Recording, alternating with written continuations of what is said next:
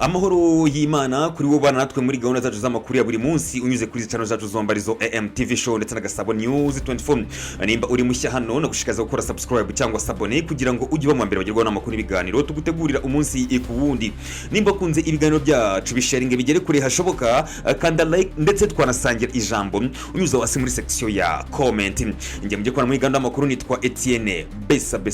Nyemerera dufatane ikiganza ku kindi twerekeze mu makuru avugwa mu burasirazuba bwa Republika Demokarasi ya Kongo.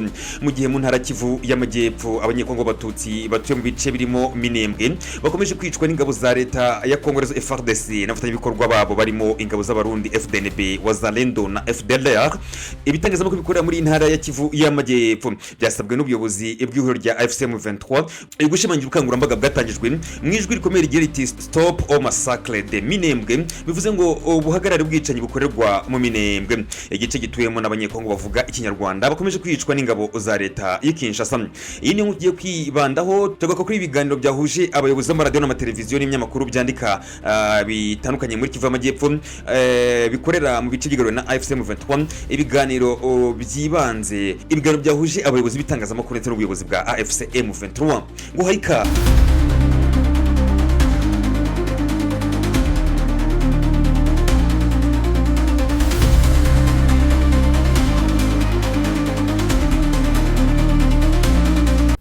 ni ibiganiro bidasanzwe byateguwe ku bufatanye n'ishami ry'itumanaho n'itangazamakuru mu ihuriro rya AFCM 23 bahuje ku nshuro ya mbere abayobozi b'amaradiyo, abayobozi b'amateleviziyo ndetse n'abatanga serivisi z'itumanaho rishingiye kuri interineti mu mujyi wa Bukavu. Mu gihe isi yose yerekeje amaso muri aka karere gaherereye mu gice cy'imisozi miremire, iyi nama ntiyagarukiye gusa ku mategeko agena imikorere y'itangazamakuru, yahindutse urubuga rukomeye rw'isesengura, guhuza imbaraga no gutangiza ubukangurambaga buhamye bugamije kurengera ubuzima bw'inzirakarengane no gusigasira umwuga w'itangazamakuru.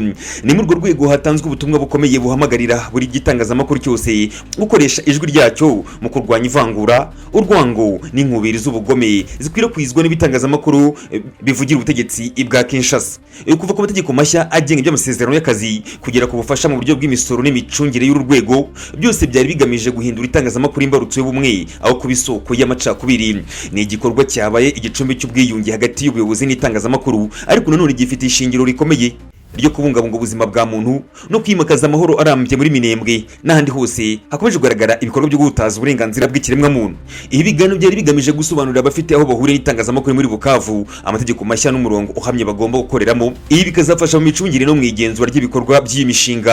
Muri biganiro umuyobozi w'iri shami rishinzwe itangazamakuru muri iri huriro rya AFCM 23 Bwana Lawrence Kanyuka yashimye uruhare rw'abagize urwego rw'itangazamakuru bitabiriye ibiganiro mbere yo kugaragaza ko imikorere ihamye muri urwego rw'itangazamakuru izafasha mu bijyanye n'imicungire inoze. Hatangajwe ingamba zirimo itegeko risaba ibitangazamakuru byose kuba byujuje ibisabwa n'amategeko mu gihe kitarenze amasaha 48 bijyanye no guhabwa uburenganzira bwo gukora.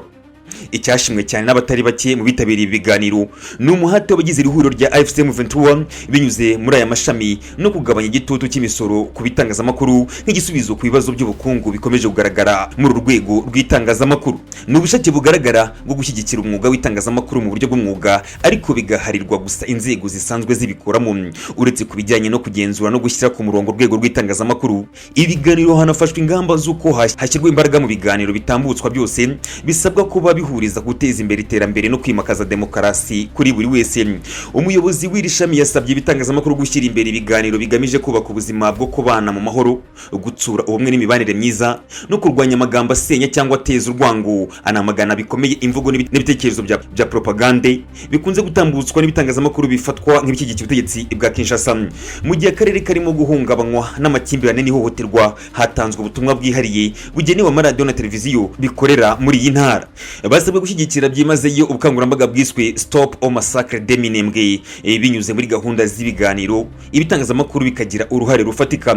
Mu gusoza hashyizweho urubuga rw'ibiganiro hagati y'inzego z'ubuyobozi n'itangazamakuru kugira ngo bibashe kugaragaza ibibazo byabyo birimo n'icyifuzo cyo kugabanyirizwa imisoro. Icyo cyifuzo cyahise cyemerwa n'ubuyobozi bw'ihuriro rya AFCM 23 bwari buhagarariwe muri iyi nama. Iri shami ryagaragaje ubushake bwo kugarura ibintu ku murongo n'imicungire inoze mu rwego rw'itangazamakuru n'itumanaho Sud-Kivu, ariko kandi rinashimangira ko ryiteguye gufatanya n'ibitangazamakuru byiyemeje gukora kinyamwuga. Muri ibi biganiro byahuje abayobozi b'ibitangazamakuru muri ibi bice, iri shami ry'itumanaho riteganya no gukurikizaho ibiganiro n'abayobozi b'ibitangazamakuru bikorera kuri internet ndetse n'ibinyamakuru ubyandika muri iyi ntara. Uyu ni umusozo wacu w'iyi nkuru, reka ngushimire cyane wowe wahisemo kujya ubana natwe muri gahunda zacu z'amakuru ya buri munsi unyuze kuri izi channel zacu zombi arizo AM TV Show ndetse na Gasabo News 24. Amakuru nk'ana kagaruka. Shalom, garuka.